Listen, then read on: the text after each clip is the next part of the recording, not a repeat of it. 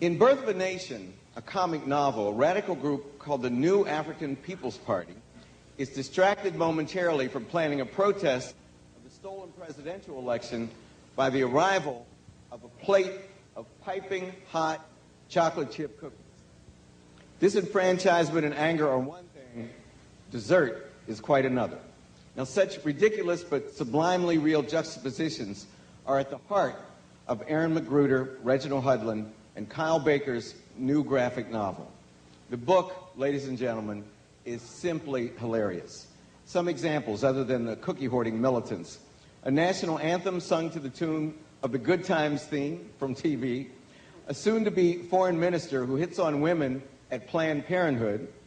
A global energy crisis almost created and then narrowly avoided by a scooter-riding nerd from MIT. And my buddy, Cornel West, teaching an elementary school class and assigning Ishmael Reed's Mumbo Jumbo for homework.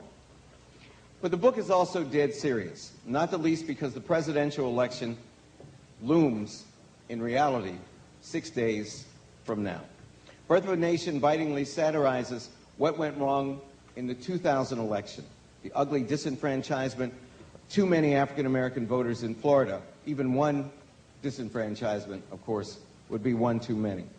The chaos and anger that ensued, the cynical selection of the president in the name of averting instability and constitutional crisis. But it also doesn't let any of us off the hook when it imagines what would happen if a disenfranchised community tried to take back what was stolen from it.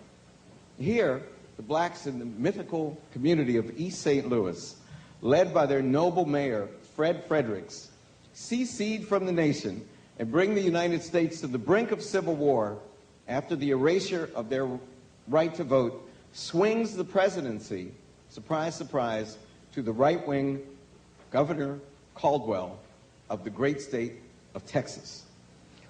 What we all learn from the secession is that people have to be willing to fight for their rights and sometimes to die for their liberty. It's an old sentiment, to be sure, but an unavoidable one. After all, freedom and liberty haven't traditionally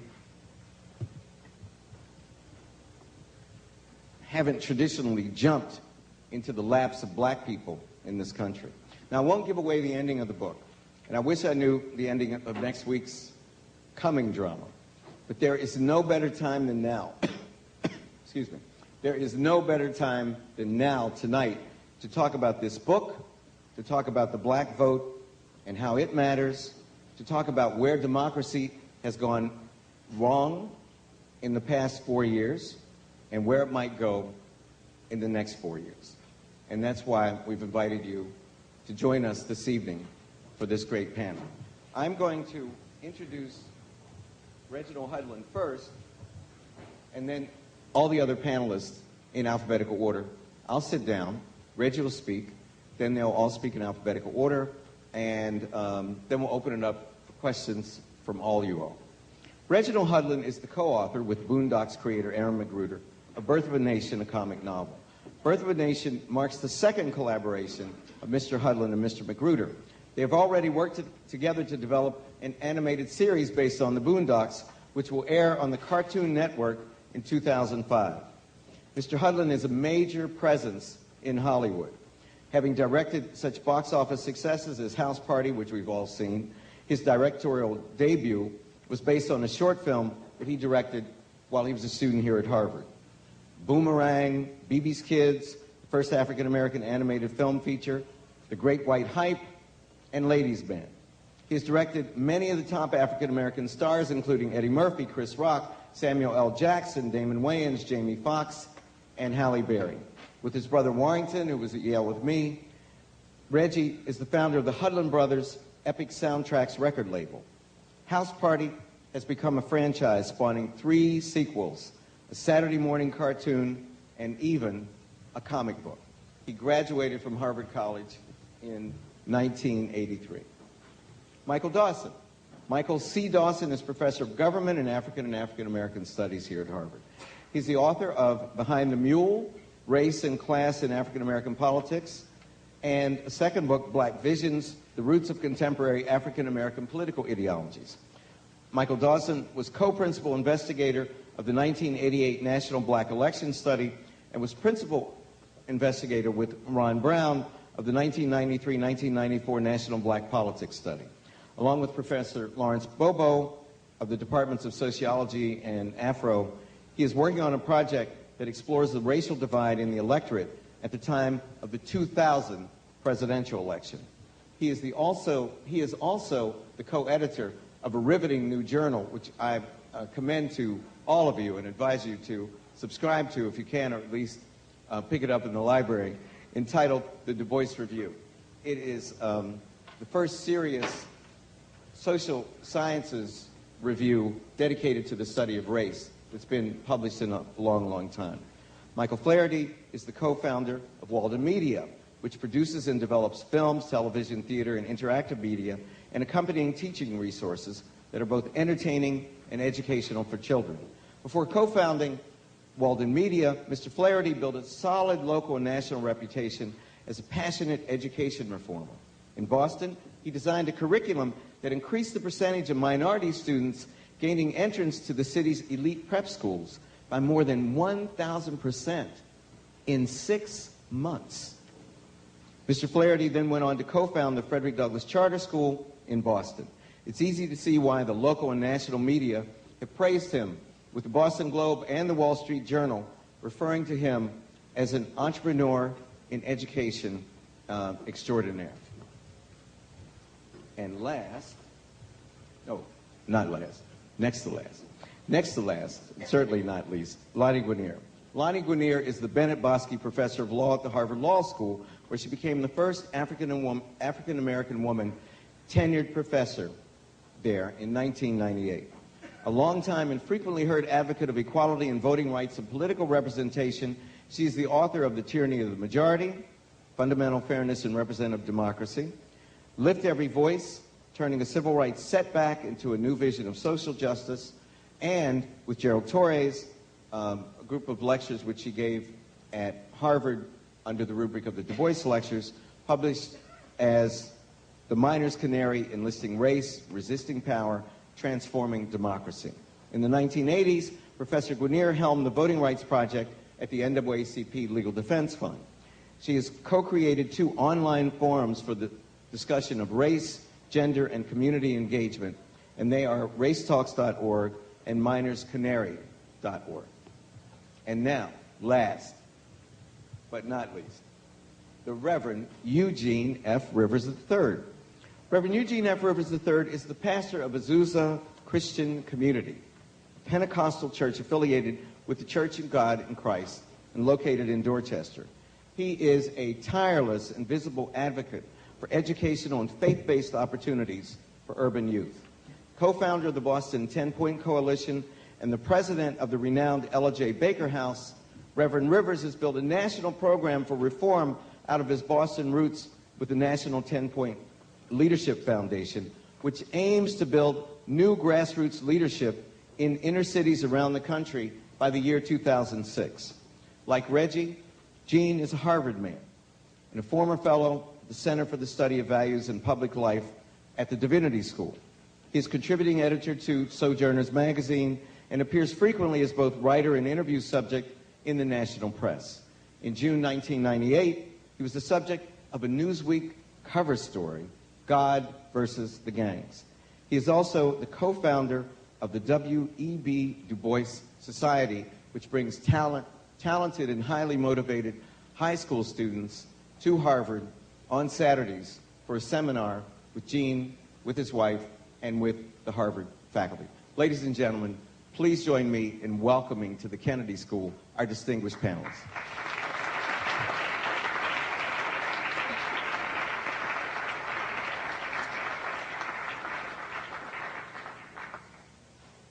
Hey, y'all.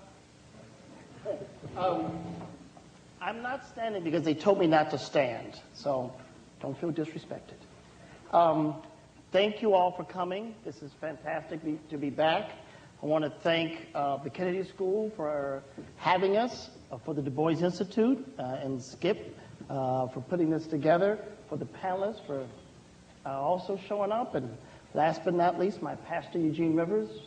I owe him a great deal throughout my life, and this goes yet another in the debt column. I don't know how many people here have had a chance to actually read the book. If not, it's on sale. But I thought what we might start with is reviewing the broad outlines of the story, show you guys some of the images in the book, and then we can launch into the conversation from there. I mean, some people wonder why I did the whole thing in the first place. Obviously, normally I make movies, but I'm really interested in being a storyteller. And I like to work in whatever medium is appropriate. The idea for Birth of a Nation is something I've been kicking around in my head for quite some time.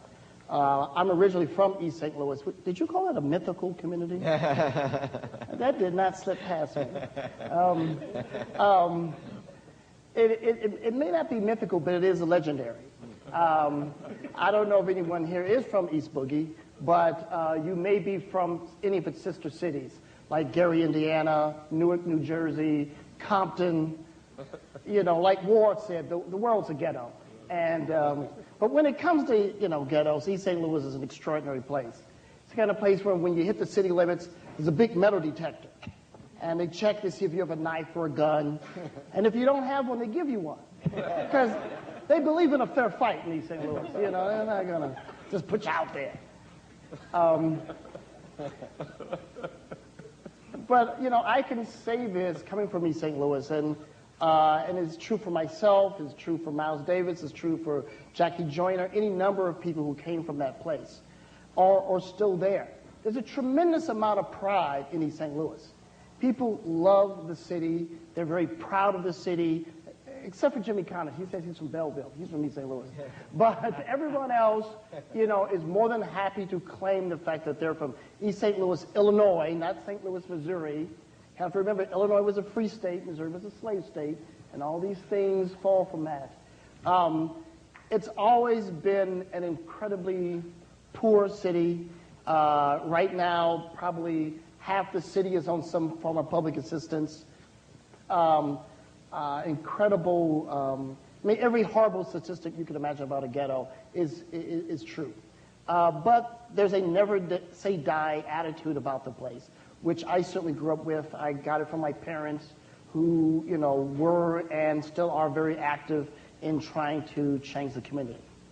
So when I, even when I became, a young adult, came to Harvard here, went on to Hollywood to make films, the idea of somehow having that Tobacco Road fantasy of making myself a success and taking the money and the resources that I got out in the world back home and transforming the place was never too far from the back of my mind. But what you realize is that these problems are systemic. These problems are national. That you have NAFTA and you have all these other bigger issues, and the shift. Where there's no factories in America, let alone in East St. Louis. So how are you going to open a factory there once the ones that were there close? So you realize that the solution is going to take radical approach. So after a while, I read a while, and I realized that secession would probably be the solution. And it's again, as absurd as it sounds, the book tries to comedically, but with some sincerity, make the case for it. And even if you ultimately dismiss it as not realistic, the point is, think out the box, try other solutions, which is what's so great about this group, because I just tell jokes for a living. These people are genuinely smart. So perhaps in the course of this evening, some genuinely smart solutions will come about. Or some smart jokes. Or, yeah, in either case. Let's start looking at some of the images from the book. That's the cover, and that's the first page, which is St. Louis at the top panel, which is a lovely city. And then below it, East St. Louis, which is not so lovely. It's about 35,000 people. It's literally the blackest city in America. It's like 98.6% black. There's a couple of white people who could not afford to leave. But everyone else there is black, and they're not doing so well. The story revolves around the mayor, Fred Fredericks. Fred is our Jimmy Stewart character. He's a well-meaning, hard-working brother who believes in democracy. He believes in America. He doesn't see, to quote my mentor, Melvin Van Peebles, trouble is just opportunity in work clothes. And he's the kind of guy who just says, you know what, we're going to vote, we're going to elect a good president, and we're going to change things, we're going to make things better. Unfortunately, when he goes to vote, it says that he is a convicted felon and cannot vote. And this has been happening all over the city. People who have been disenfranchised from voting. We can go to the next panel. Even Miss Jackson can't vote. Poor old Miss Jackson in her walker. And people go, are you for real? Yes, they are for real. So it becomes sort of contentious. The county sheriffs are brought in. Again, not the city police, the county sheriffs are brought in to quell the disturbance because people know that, people in East St. Louis are roughnecks. And it ends up in a typical, as you might expect, there's a riot, everyone's thrown into jail, including the mayor, and meanwhile the national election continues, and President Caldwell is elected by a very, very slim margin. By the way, people focus on the voter fraud in Florida, but I was talking with Congressman Jesse Jackson Jr., who made the claim that actually there was a greater amount of fraud in the state of Illinois than there was in Florida. So not only, me picking East St. Louis is more apt than you might think. Let's go to the next panel. This is Kabila and the NAPS, the New African People's Party, which is a group of black Ivy League students who are committed to change.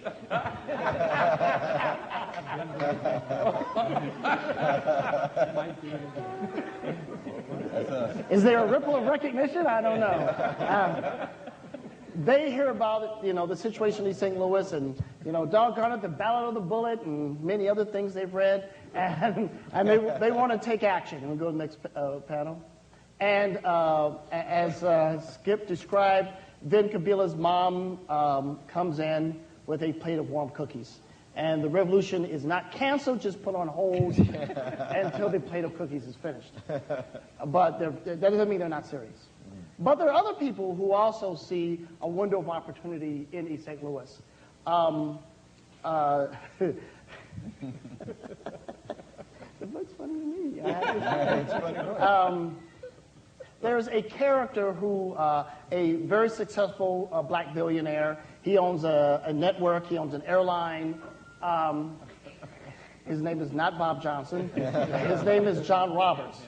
And the irony is there's a pair of there's the Roberts brothers in St. Louis who are black billionaires.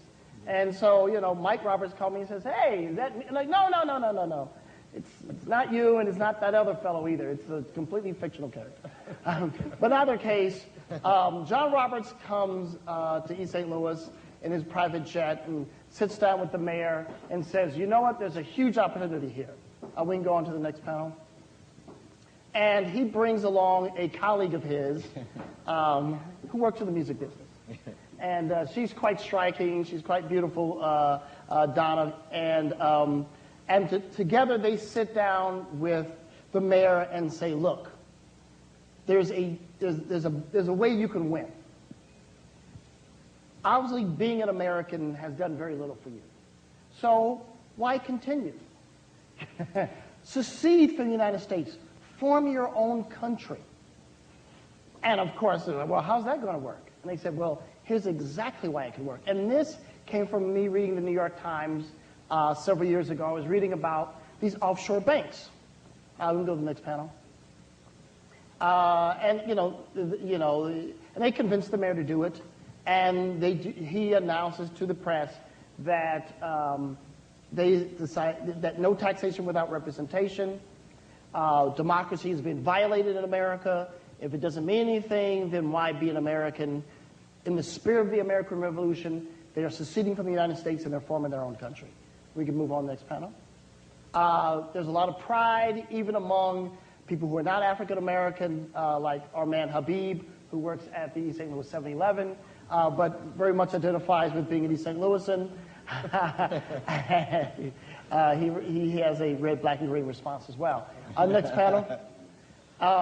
Then there's a lot of drama in the White House because the president can't understand, that they've succeeded.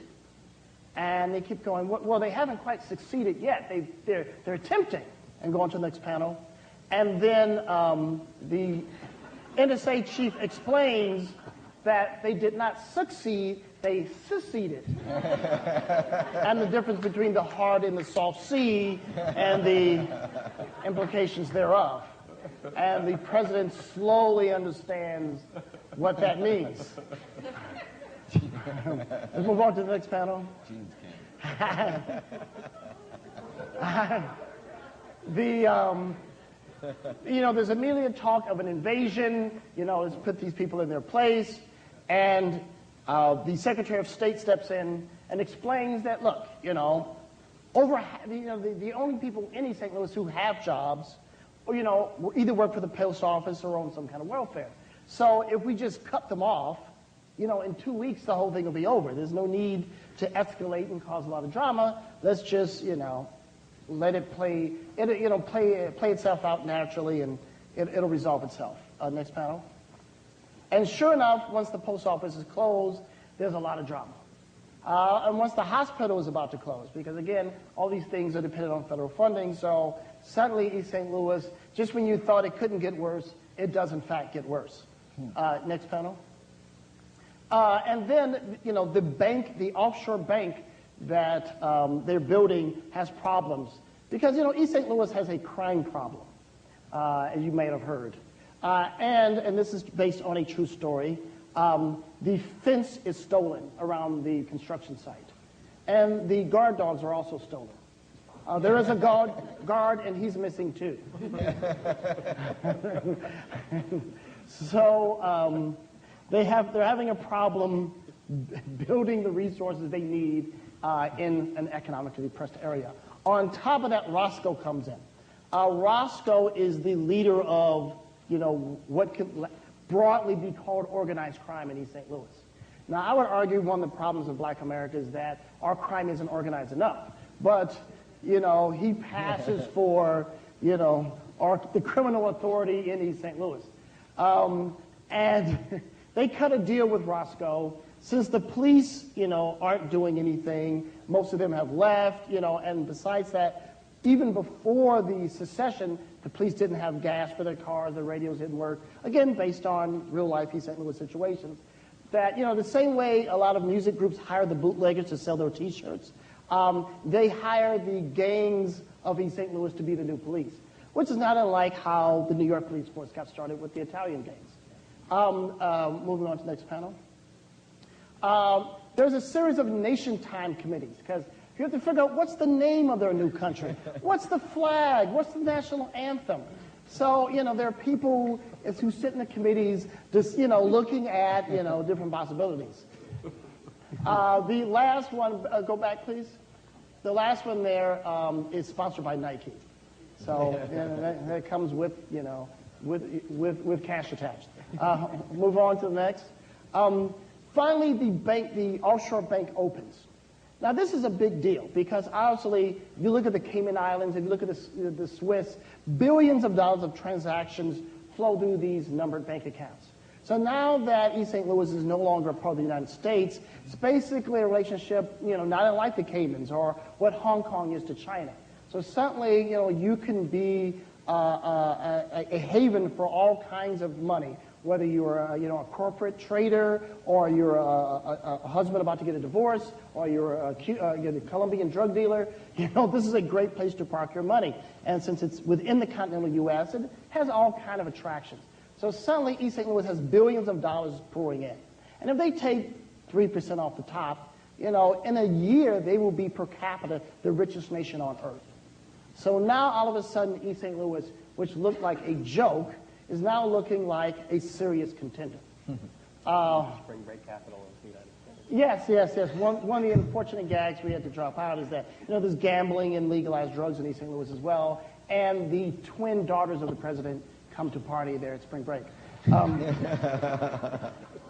Back at the Nation Time Committee, Prince is auditioning for the national anthem.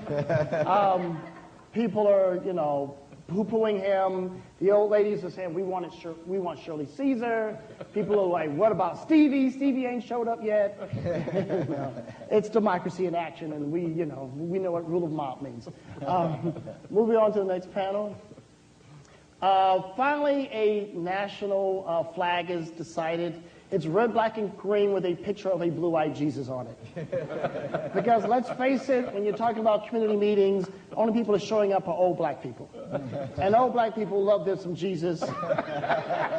And they want traditional Jesus. They don't want New Jack Jesus. They want old school Jesus. Amen.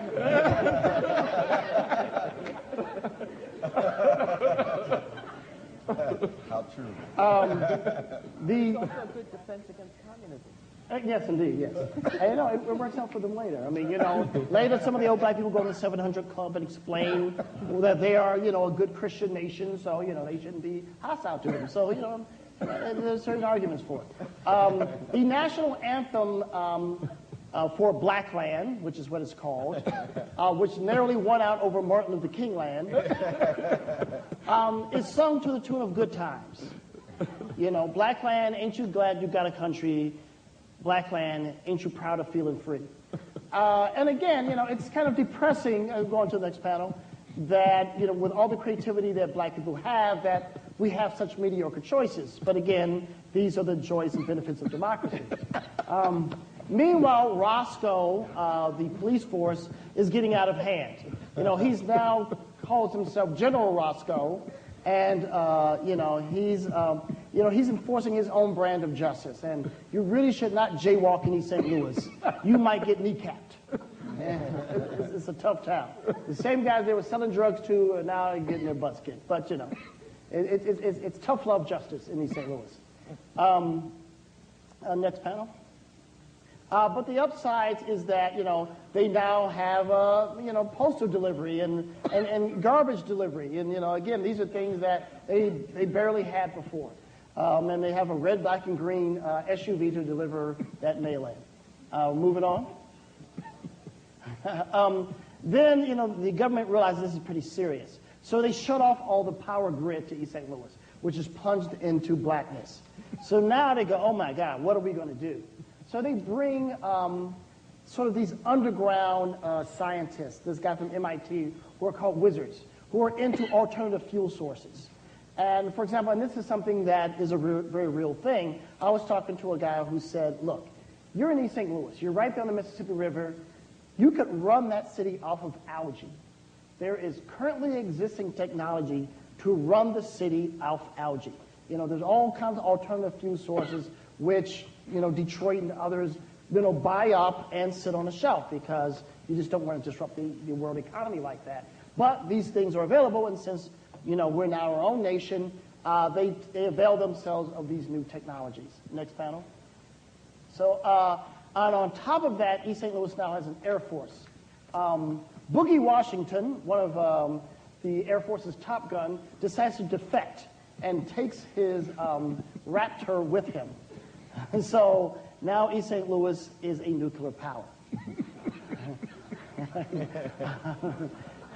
Move on to the next panel. Again, the lights come back on. So now they are, energy free.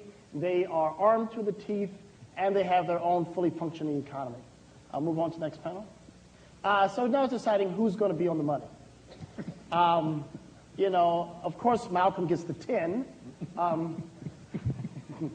Come on. X, you get it.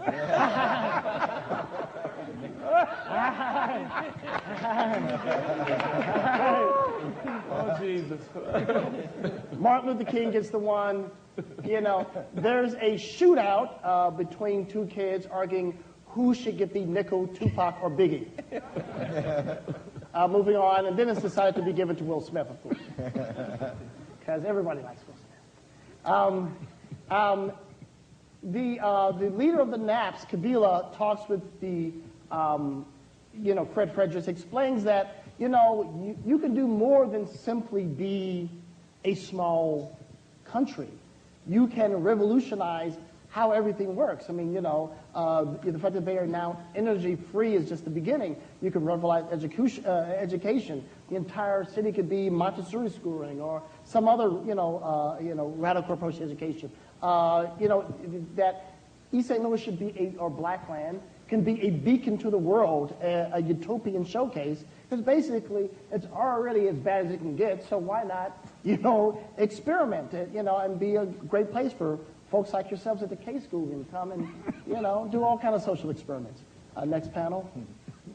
Of course, there's, with all this success comes internal drama. Roscoe is approached by the CIA, and they say, look, why are you simply the general? Why don't you run the thing? And they set up a Lumumba-style military overthrow.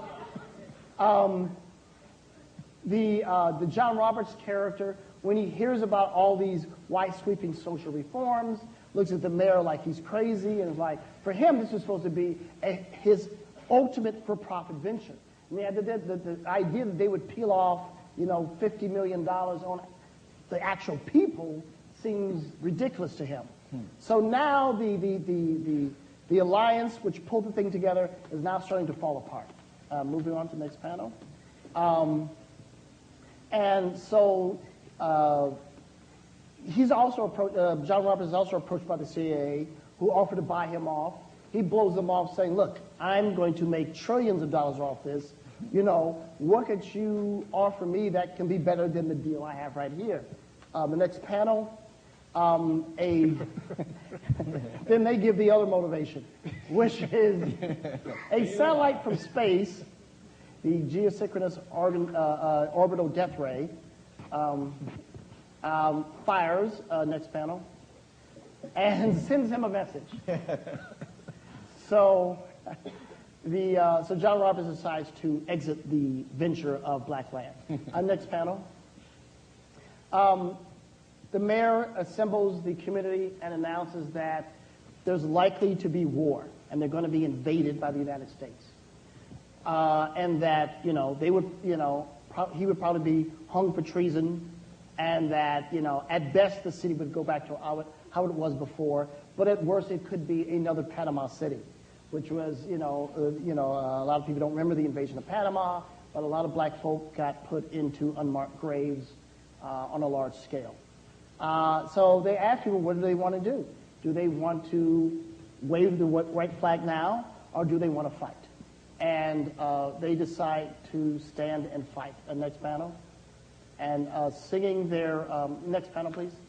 And they sing the national anthem of Blackland again. It's our land, so step off, Blackland. Next panel. So with the flag waving high, next panel, the invasion launches. But they have a counter plan. Donna goes to Saudi Arabia and cuts a deal with the Arabs that they will no longer use their alternative energy technology if they pressure the United States to back off. Next panel. The invasion happens. The Americans are coming. The Americans are coming. Next panel. There's a dogfight over East St. Louis. Ultimately, of course, is a happy ending because when I do things, next panel, more important than anything else, niggas must win. So that's the broad strokes. There's a lot of jokes we left out. There's a lot of nuance. It's worth you checking out if you hadn't checked it out. But just wanted to give you the broad strokes of what the book is. And what we want to do is talk about not so much the book, but we want to talk about some of the ideas that we were trying to raise in the book, which is, is this book a good idea? Was it a good idea to put it in a book? Can we do this? Why can't we do this? Why shouldn't we do this? I don't know. I'm going to turn it over to the smart people. Great. Thank you.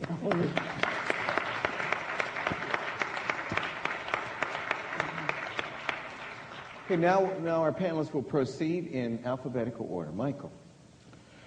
You must be skipping to somebody else. We're supposed to be going to the smart people. I'm not going to stand either. I'll stick with tradition as newly established. But I think I do want to make 4 points, and the fourth point being a question. The graphic novel starts with a premise that happened in real life, at least some of us think it did, that African Americans were prevented from voting. And actually, I think the figure I heard from Chicago, where there are 100,000 votes out of the South Side, didn't get counted. Really? Yeah. For some reason, it never got into the national press, or one inch on page 27 of Section A of the Times. But the disenfranchisement in Illinois was massive, but it was also Tennessee, it was also Southern Illinois. It was across the country. And that's the premise with which the book starts. And I want to talk a little bit about that. I also want to explore what we do next, at least pose the question what we do next based on how African Americans are currently thinking about their relationship to this country. First, let me make something really, really clear in the few minutes that I have.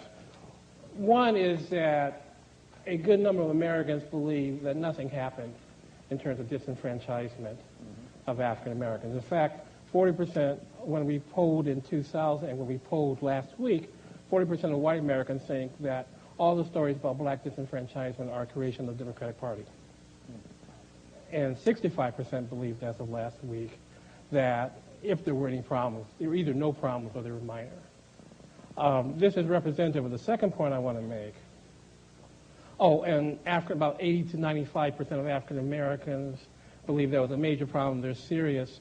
And we asked about what's going to happen on Tuesday. 25% of white Americans again said that whatever charges come up next Tuesday are a fabrication of the Democratic Party. And again, about 65% don't expect any problems. About 3/4 of African Americans think there are going to be attempts to disenfranchise black Americans in this coming election. So what we have is a world where the majority of white Americans expect a free and fair election, and the great majority of African Americans expect their constitutional rights to vote and their voice to be severely attenuated, at least attempts made to attenuate voice and vote. That type of racial divide, the work that Larry Bovo and I have been doing over the past 4 years, is deepening, widening, and getting much more serious. It applies to not just how we saw the election in 2000. It extends to evaluation of President Reagan and his legacy, to how we view the current president, the war in Iraq. 3/4 of African Americans in this country think that if you believe the war is wrong, it's your duty to protest. 2/3 of white Americans believe it's unpatriotic to protest against the war.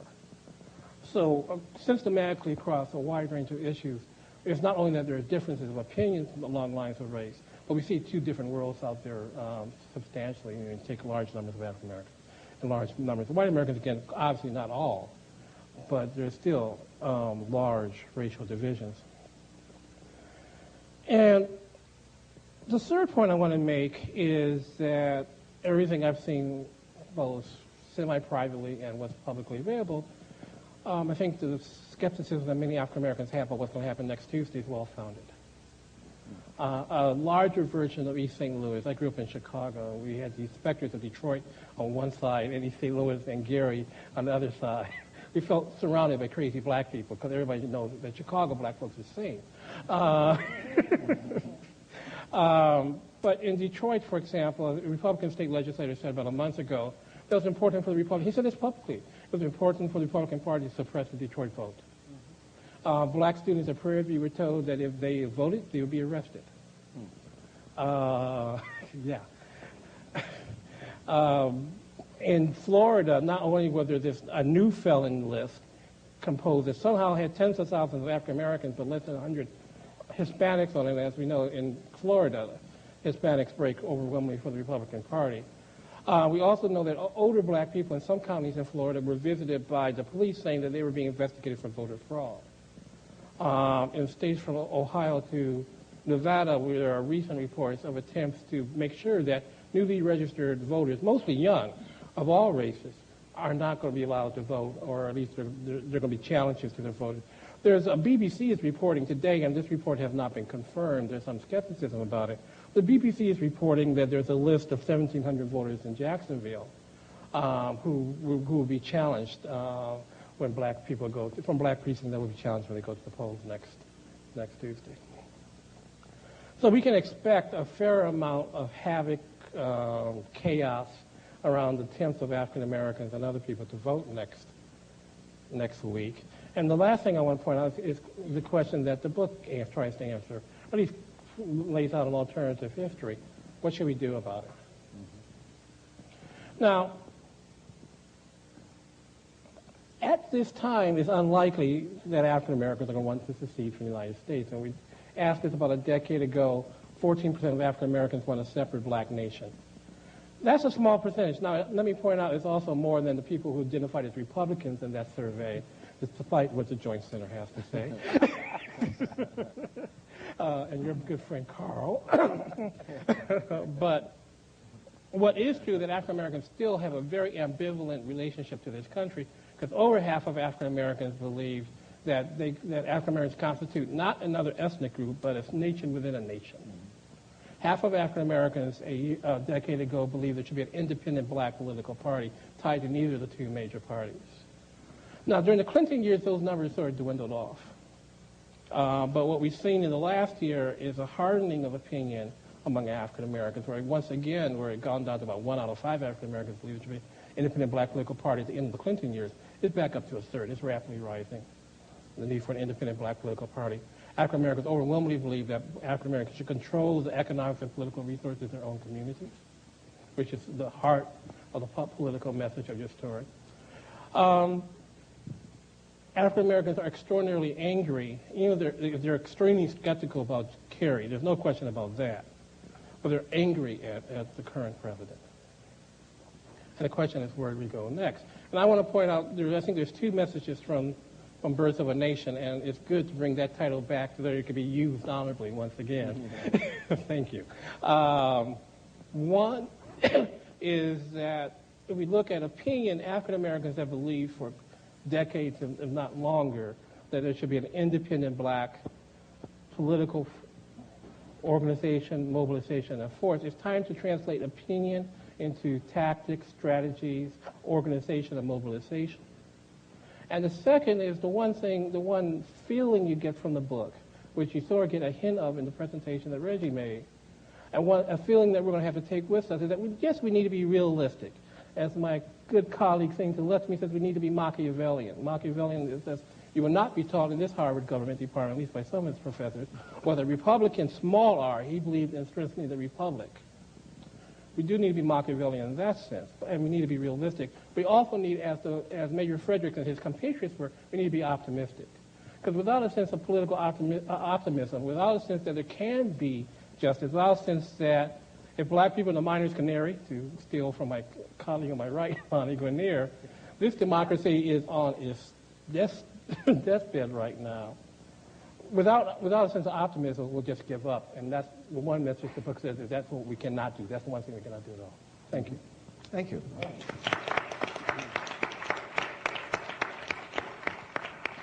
Michael Flaherty. Okay, That's you. Yeah, again, on the smart people thing, I'll have to take a slide on that one as well. I kind of feel like Admiral Stockdale in the vice presidential debate when he said, "Who am I and what am I doing here?" I'm a big fan of Reggie's and a big fan of Jean's. As you mentioned earlier, I grew up one town from here, grew up in Arlington, didn't get into Harvard, and went to a safety school that was close by in the Red Line Tufts. And amen. All right. So when I got out of there, started working a lot on education, and there was an area about 6 or 7 years ago. There's Cluster 6 is the worst public school district here in the city.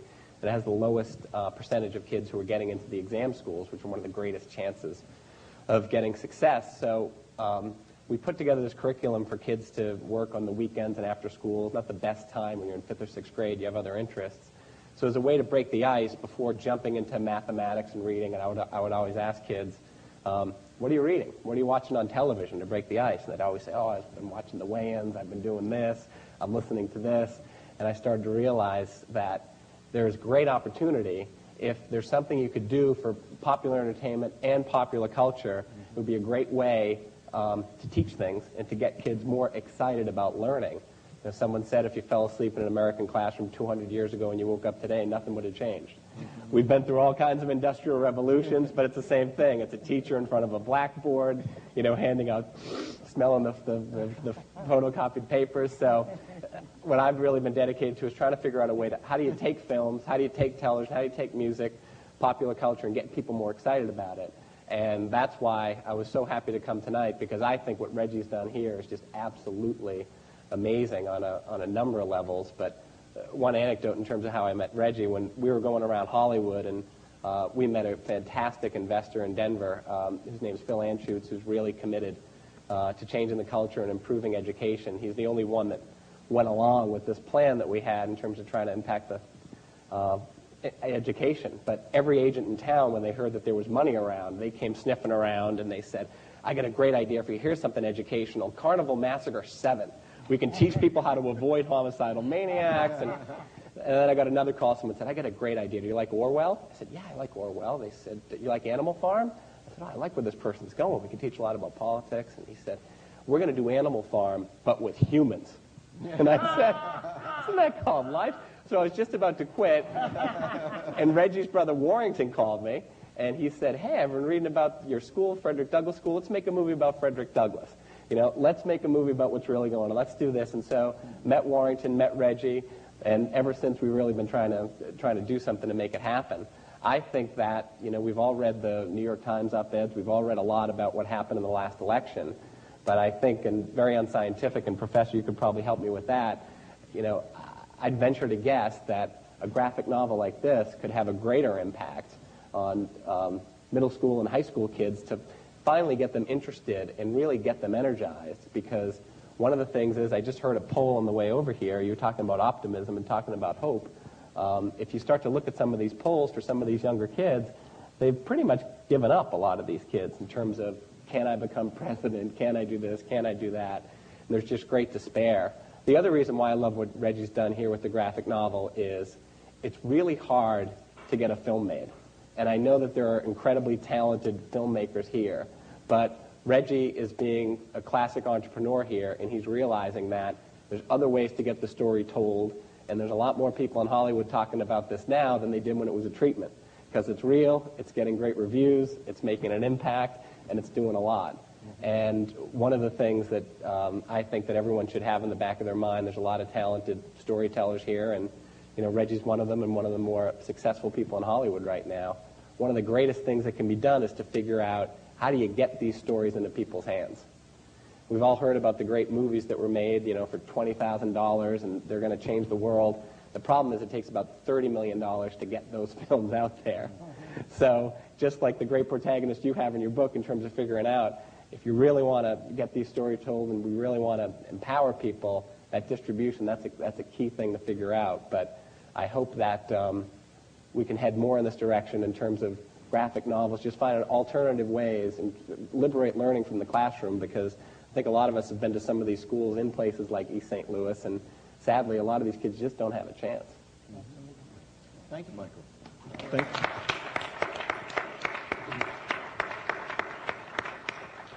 Lani Guinier.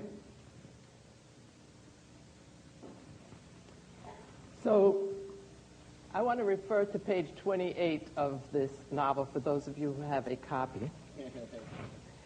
The bottom left-hand corner, there's comment, when black people get money, we're happy with a Bentley and a yacht.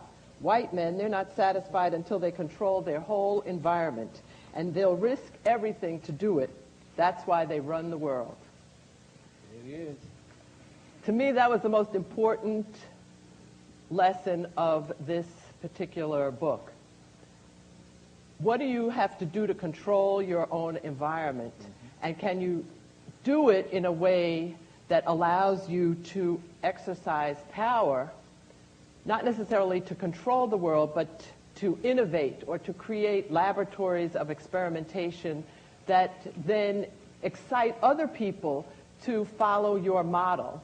And that's what I took as the message of this book, that this was not simply a fantasy about trying to create a black nation within the United States, but it was really a morality play in which the authors were invoking the image of black people finally doing something to try to control their environment as a message to all people that we all have to act to try to control our environment. We have to.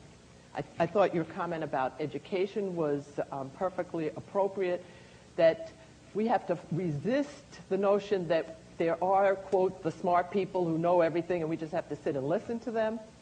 You guys have a lot more hope, or I have a lot more hope that you guys will be changing the world than those of us who are sitting up here on the podium. And so I'm speaking for myself, obviously. So my first point is do something, right? And do something to change your environment, and do something to change your environment that's inspiring to other people to follow your lead.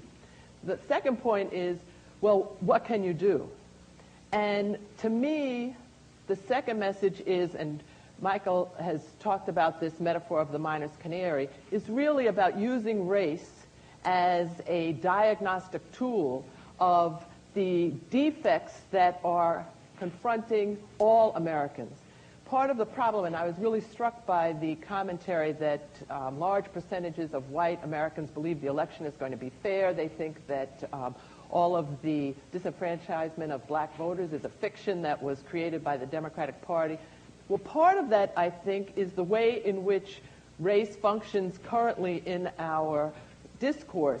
It is a decoy. It is something that we talk about. It's them. It's happening to them. And people just don't pay attention. And so they're not processing the information. Part of the challenge for those of us who want to act and do something to change our environment is to talk about these issues in a way that brings other people into the conversation. You think it's only black people who are being disenfranchised. What about all of those older Jewish people in Florida who are also disenfranchised? And for all of the black people who are disenfranchised, look at the rural white people who are disenfranchised. You have a situation in which one party is overtly acknowledging that it is hiring people, it is paying people to disenfranchise other people, and that's their goal. You can't have a democracy in which you only have two parties and one of them is about disenfranchisement. So to me, this is a challenge to use race not simply as a decoy, which is the pathologizing of the canary, but to see the canary in the mines as the diagnostic tool. When the canary is gasping for breath, that is a signal that the atmosphere in the mines is toxic for everyone.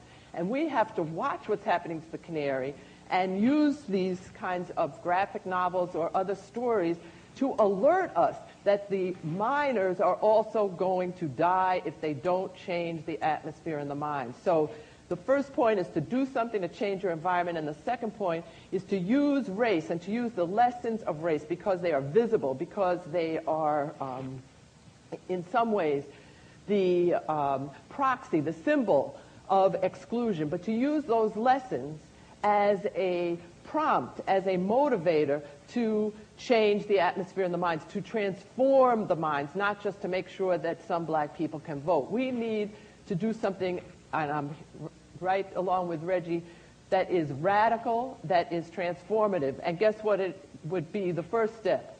Have a national constitutional amendment guaranteeing the right to vote. You may think, oh, in a democracy, that should be the first thing. We don't have a constitutional provision that guarantees all American citizens the right to cast a ballot for President of the United States.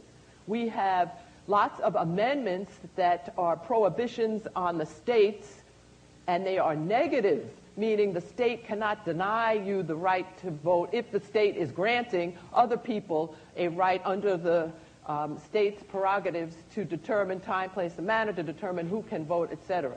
So we have a hodgepodge of laws, and we need some kind of commitment as a nation to the foundational idea that we are going to guarantee everyone the opportunity to participate in choosing our electors and choosing our government, because after all, that's what democracy is, rule of and by the people, not ruled by states or by political parties, especially when one of them is devoted to disenfranchisement.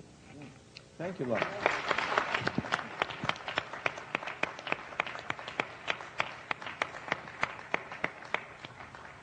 And finally, Reverend Eugene Rivers. He's the only one here who thinks he has the answers.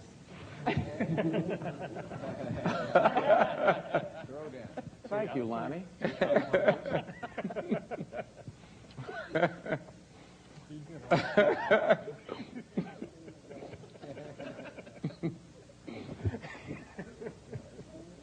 was a prescient observation. That was sharp. I am very thankful to Reggie for the morality play that has, as part of its subtext, a more fundamental philosophic question that is posed to black people that revolves around the issue that Lani alluded to, which has to do with the difference between autonomy. For me, I reject the notion of race because I think black people are a people and not a race. And so I conceive of black people as a distinct people, a nation within a nation, which does not need the ideological language of race. I can talk about black people culturally, institutionally, politically, ideologically, so that the boogaboo of race and the race card can be dismissed, so that in the discussion of the questions in The Birth of a Nation deal with the philosophic and moral and cultural question of, do black people want to be autonomous, where they write checks as opposed to simply receiving them and functioning operationally as supplicants? And what's interesting about Reggie's proposal is that it is bipartisan. It is neither left nor right. It is neither Democratic or Republican, which is a major conceptual advance, because intellectually, historically, just in terms of the historiography of bipartisan politics in the United States, the Republican Party historically has no monopoly on voter suppression. And so this ahistorical view that somehow, because the guys in power who are suppressing, the electoral activity of black people, have a monopoly on this, I commend to your attention, for those of you that are under 30, the election of 1960, where the Democratic Party, at the behest of Joseph P. Kennedy, enlisted the services of Sam Mumu Giancana in Illinois with the able assistance of James Hoffa to systematically, suppress the rights electorally of any number of individuals in Illinois, in West Virginia, Texas, and New Orleans. In New Orleans, Carmen Marcello was the leading political activist who, at the behest of Kennedy money, actively worked through all forms of corruption. And in point of fact, and this is generally known in most informed intellectual and political circles, that Richard Nixon was robbed. And in fact, Watergate was a defensive response to the fact that Joseph Kennedy, with organized crime and corrupt labor, stole the election of 1960. And so what I found amusing, when everybody was aghast at Florida, I said, what's all the big, all the moralizing here, ladies and gentlemen? I mean, what they've done in 2000 is objectively, morally, and politically no different than what was done and is commonly understood in 1960. So let's be adult for a change in our intellectual discussion of the issue or the morality of this business, and stop playing these childish games as though any of the parties or any repository of some kind of transcendent utopian moral virtue. It's a lie.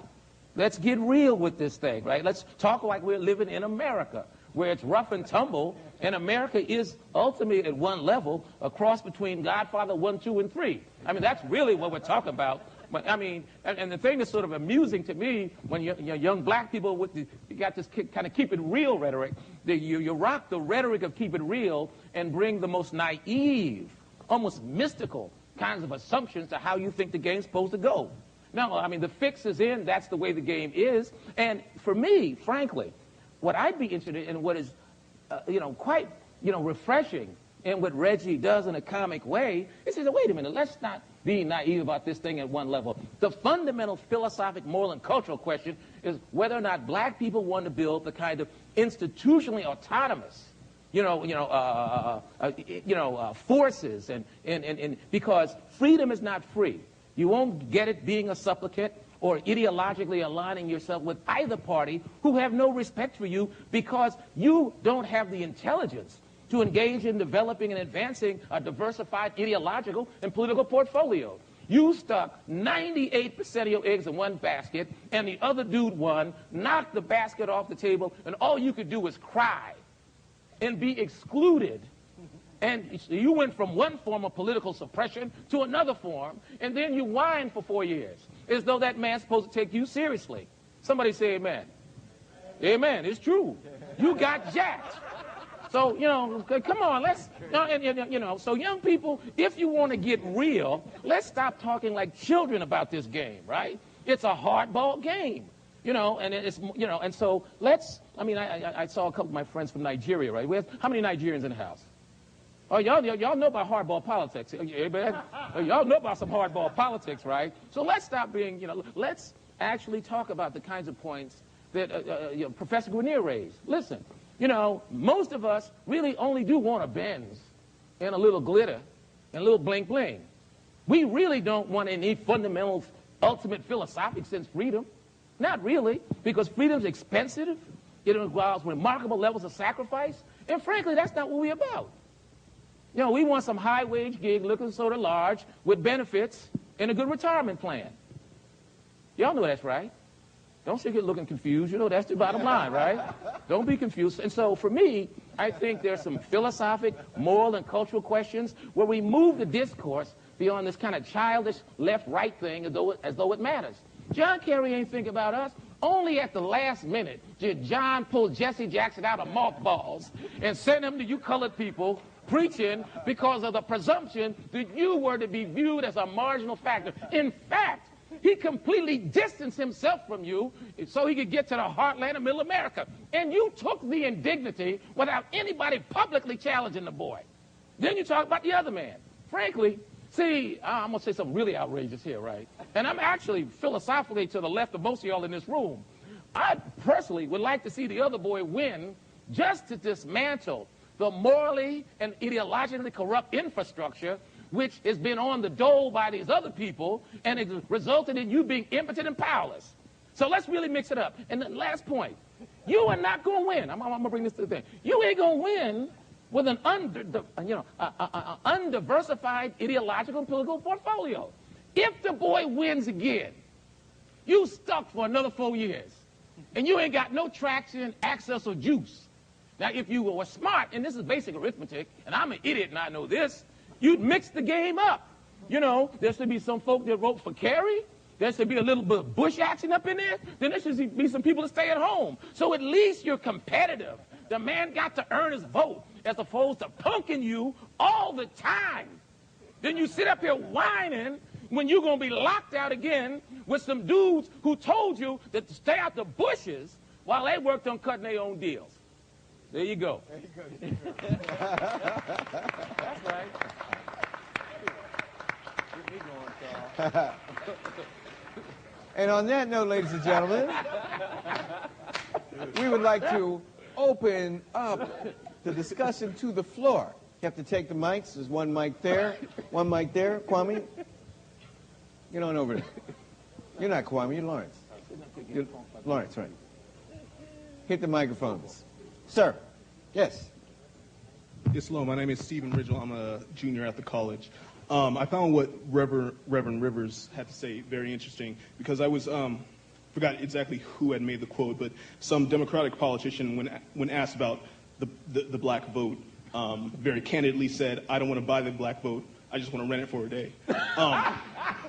So, what my question is the answer is an answer to this political impotency of Black America? Is it political diversity? And if not, can anyone refute that? And if so, can anyone sort of expand that idea, maybe delineate, specifically, in what way should we be diversified and why? Sure. Just before you respond, I'll open it up. Many of you know, but for those of you who don't, I think most people think it was W.E.B. Du Bois in 1920 who invented what he called the balance of power thesis, which was then picked up by Henry Lee Moon and Ralph Bunche in the 1940s, 1950s, and 1960s by Chuck Stone in Black Political Power in America. Chuck Stone called it ceteris paribus, which is all things being equal. So if we could shift our votes, all things being equal, that is, if the larger electorate, Stone meant, Du Bois meant, all these other people meant the white electorate, but now it's much more complex than that. But if the larger electorate is evenly divided as it is, and we held back, and what you're going to do for us, right? And you shifted beyond party to either Republicans or Democrats or even a third party, and could be the visible, demonstrable balance of power, then we would have more power than we have today. It's an old thesis, what he's saying. Michael. As Reverend River knows, I come from a political family that knows a little bit about hardball. Michael's great uncle was the congressman from Chicago in the United States House of Representatives for about 36 years, I believe. Yeah, and he ran the machine. Excuse me. And yes, I do know where some of the bodies, and I'm talking metamorphically, are buried. But the point I want to make is that Reverend Rivers and I agree with an awful lot, although it doesn't usually sound like it. He's smarter than I am. You didn't think so 20 years ago, but he's got more diplomatic since then. I grew up. But there's three things. I very much agree with when you talk about autonomy. I'm not sure I agree with a diversified politics. We need an independent, autonomous politics, where we decide what we need and what direction we have to go. Agreed. The second thing I would say is that I totally agree. Both political parties don't care at all about the black vote, except to the degree that it produces margins on election days. And there's been stories on places like blackcommentator.com, which talks about the way that the Kerry campaign has totally mobilized to get the black vote out without having any accountability at all to black community, black political institutions, and the like. The third thing that I have to say, though, to be, having said the first two things, is where we do disagree, is I don't think we can survive 4 more years. We're tough people. All right. We might be a tough people, but 4 more years of Ashcroft and the elimination of civil liberties. I mean, I have tried to organize from the left the hard way under a near-fascist regime. It could get much worse than that you all are going to have to organize and find out what it's like. And I also don't believe that we can survive a war with Syria and Iran, which are definitely in the cards.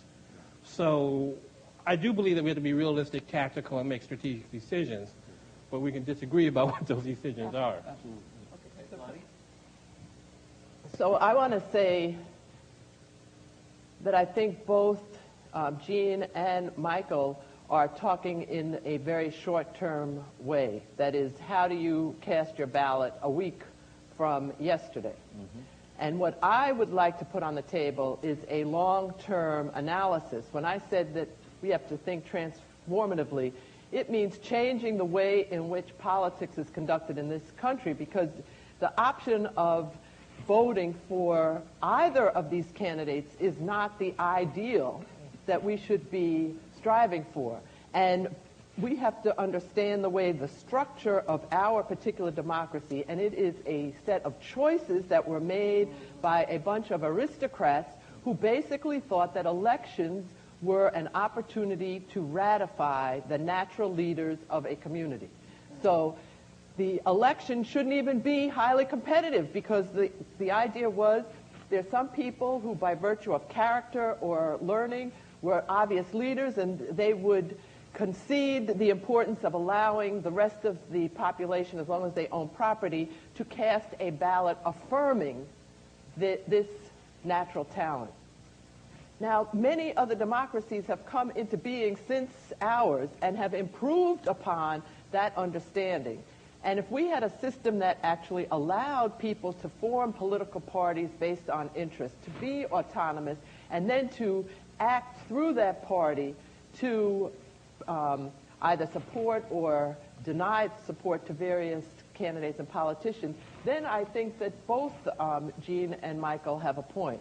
But we don't have that system. We have a winner-take-all system in which the winner gets all of the power, the loser gets nothing, and as a result, it's highly partisan, and neither of them is actually in a position to be held accountable, because they are essentially each carrying umbrellas, protecting themselves from different forms of bad weather.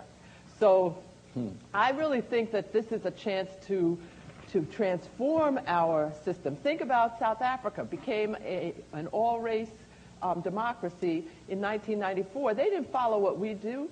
They adopted a proportional representation system in which people vote for a party, not for a candidate, and then the party basically has a list of candidates, and then depending on the percentage of support that the party gets, that's the percentage of seats in the in the legislature that the party receives. And so in South Africa, you vote for the ANC, or you vote for the White Afrikaner Party, or you vote for the Inkatha Freedom Party, and that's a way of actually promoting the autonomy and the innovation and the independence that Reggie's book is metaphorically, I think, addressing.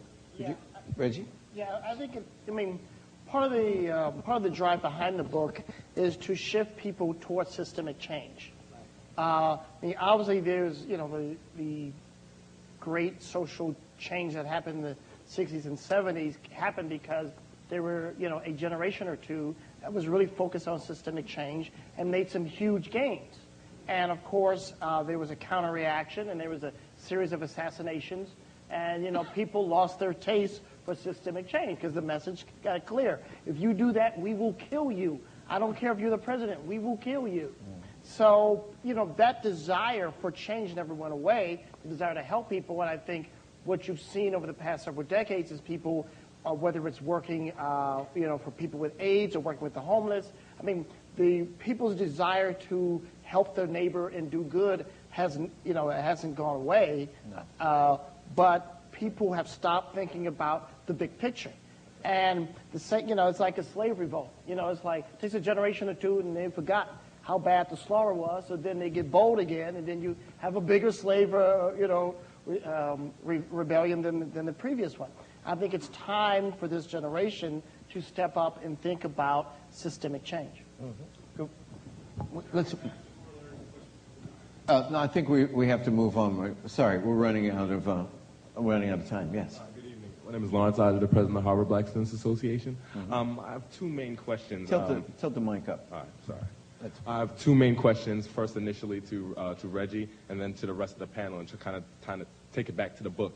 When you came up with the title "Birth of a Nation," of course, a lot of us might think about the D.W. Griffiths piece, "Birth of a Nation." And my underlying question to you is, how much did you model this piece against that movie? And why I bring this up, and what Professor Guinier was talking about, is the power of portrayal and the power of discourse. And when I think back to the D.W. Griffiths piece, you think about how a movie could actually romanticize the insurgents of the Ku Klux Klan. And that was just, wow, the power of portrayal. It could romanticize such a hateful group. And kind of thinking about the discourse of race, do you think, kind of discourse of race has to kind of be portrayed in such an extreme for it to change? And what concretely, for everybody, what concretely can we do to change the discourse on race? We got it. Right. We had a lot of debate over the title. The original working title was "Fight the Power," based on both the Public Enemy and the Isley Brothers song. But I just thought, that marginalizes us. And I thought, if you name it after a hip-hop song, people go, oh, it's a hip-hop book. And it kind of, I said, if you call it Birth of a Nation, it's the most provocative title you could come up with. At the same time, it accurately describes what the book is about. It is about, in fact, the birth of a nation. And also very personal for me, I studied film here at Harvard. I saw Birth of a Nation at Carpenter Center. And I remember sitting there as a freshman, and the rest of my classmates enjoyed the film thoroughly. They were laughing, amused, and thought it was very cute. Up until, I guess, 2/3 through the film, where there's a title card where it goes, North and South join together to protect their common Aryan heritage. And suddenly it was like, hey, what the hell's with this movie? It was like, oh, now it ain't so funny. And so, I mean, it was a brutal experience to be a freshman. And, I'm from East St. Louis. I don't mind fighting. But it's one of those situations where you find out very early in, it's like, wow, this place, these people are, they're not for you. So I definitely wanted to take that title, use it for my own purposes. Hopefully, I kept hoping that someone would sue us over the title.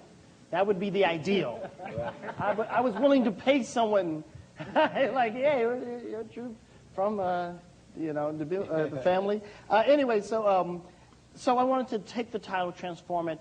I didn't use any of the plot of Birth of a Nation at all. I mean, that would be a whole other thing to do. I mean, there were a lot of films that did influence us. I mean, movies like The Mouse That Roared, Dr. Strangelove, Wag the Dog. I mean, there's a whole tradition of that kind of social satire. And there's a movie I never actually saw, but I made Aaron watch, A Passport to Pimlico, which is about a small part of London that secedes. So, I mean, the Russians are coming, the Russians are coming. Obviously, in particular in the 60s and 70s, there's a whole tradition of people playing with those kind of notions in broad comedies. And the idea was to introduce, I mean, with almost every film I make, is to introduce ideas not by preaching to the converted, by speaking to folks that, aren't prepared, who aren't expecting a message, and kind of sneaking it in so that it actually dissolves in.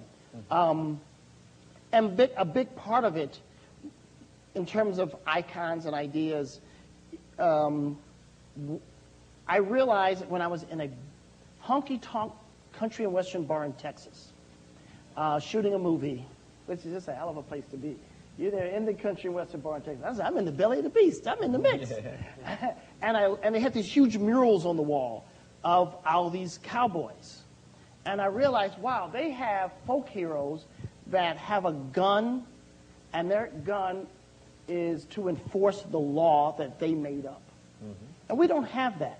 Our greatest heroes are outlaws, Martin Luther King and Malcolm X. And obviously not putting them down, but except for Nelson Mandela, we don't have a hero that created law, that laid down and defended the law. And I just thought it's time for us to create a new, that's the kind of iconography we need for the 21st century. I was actually, better name drop, I was talking to Quentin Tarantino last week, and we were talking about making Southerns, which are like Westerns, but down south. That'd be great. And he wanted to do one about by the name Django. And Django gonna be kicking some ass, But that's what it's about. It's about, thank you. That's my favorite line in the book too. It's about taking control of your environment, taking control of the world around you. And so if we see it, if we dream it, we can be it. Sir, up there. Yeah, Kurt Summers from the business school, and more importantly, from the great city of Chicago.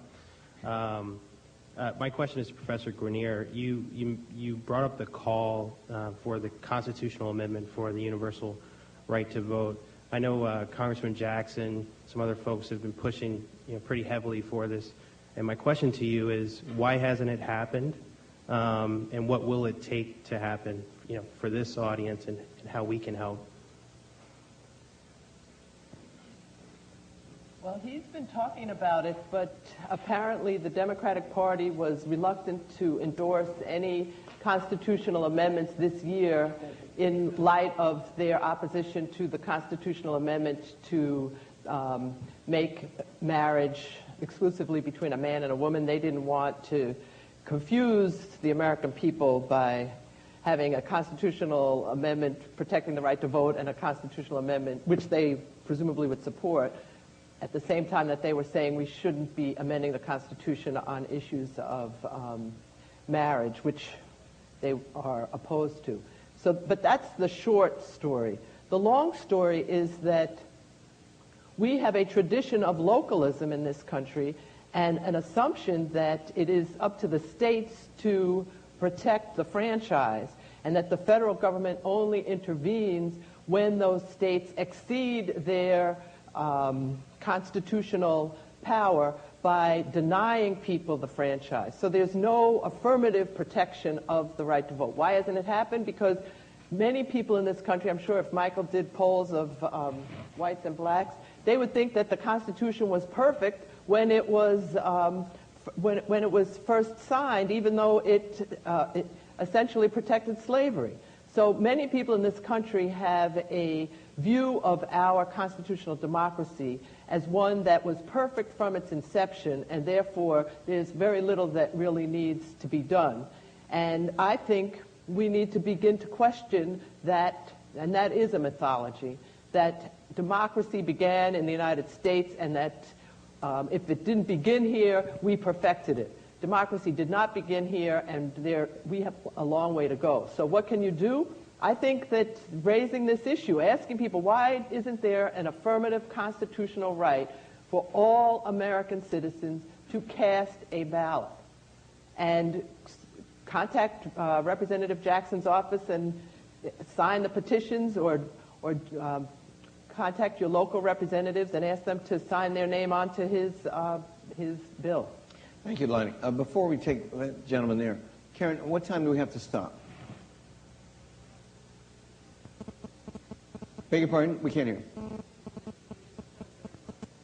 Do we have 10 minutes? How much time do we have? 5 minutes? 2 more questions. Yes. Good evening. My name is Kwame Usakesi, and I'm president of Harvard Black Men's Forum. My question is for Mr. Flaherty and Mr. Hudlin. What role do you see popular culture taking in serving this new role as a catalyst of this new political optimism? Hollywood's all about money, which Reggie can tell you. So you just have to, just like the point that we keep talking about, the actual proves the possible. So if they can see that there's money to be made in projects like this, we'll see more of them. For the last 20 years, Taylor Hackford's been trying to make a movie about Ray Charles.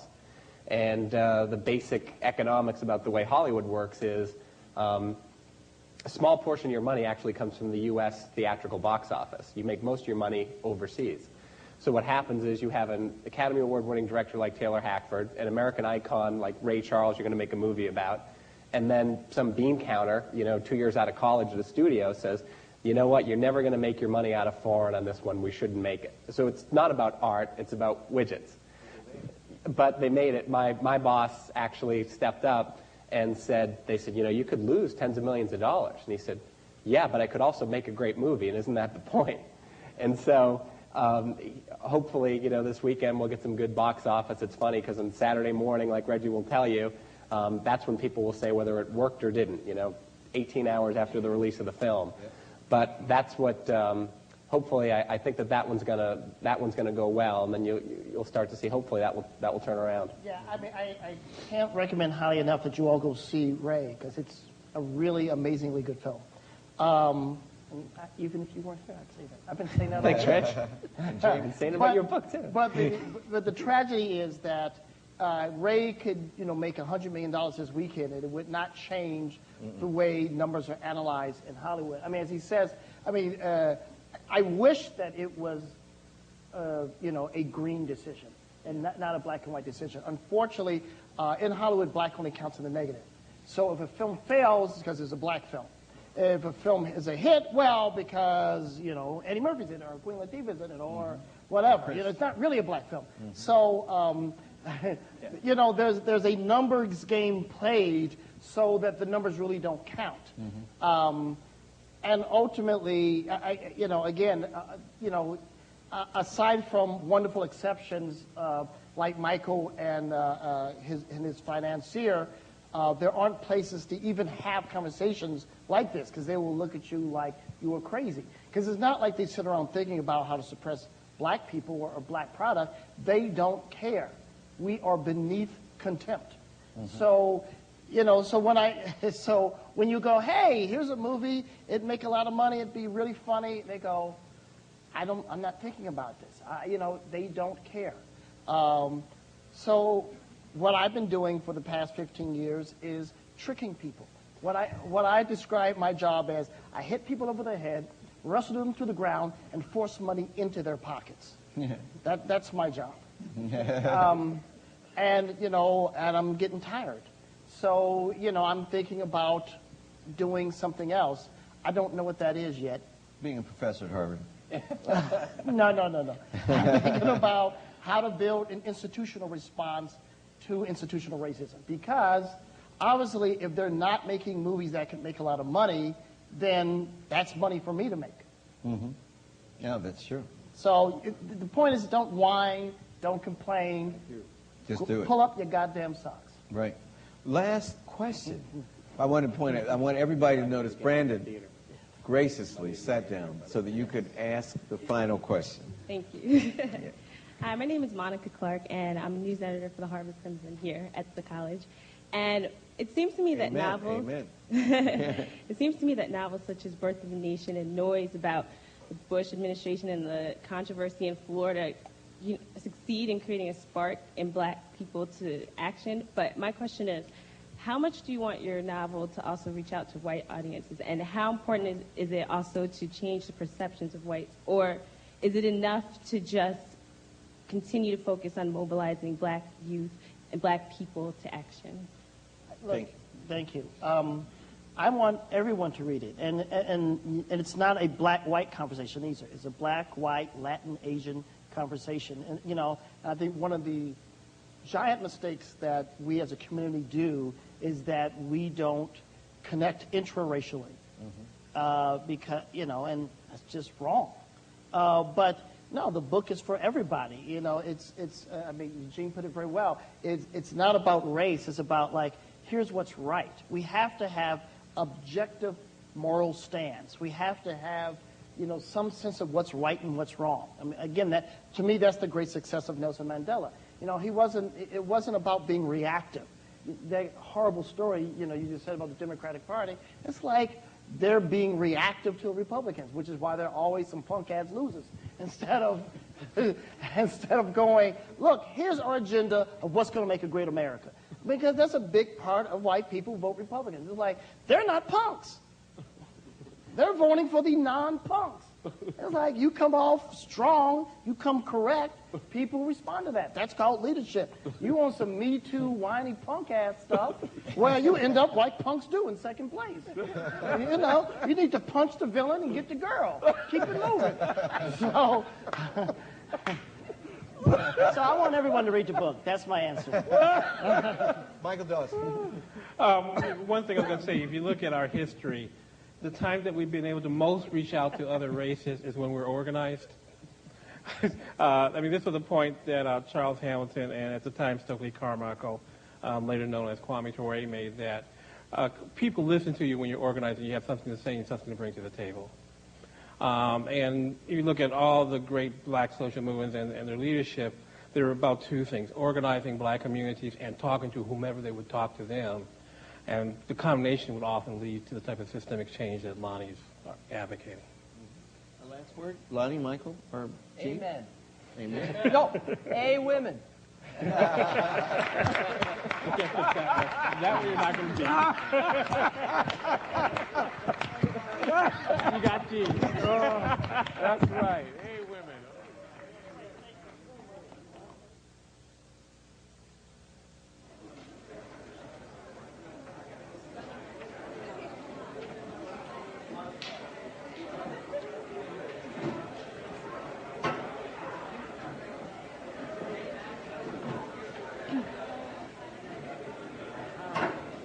What do you feel like? I feel, well, let's go somewhere around here would be great for me. Yeah, that's fine. I mean,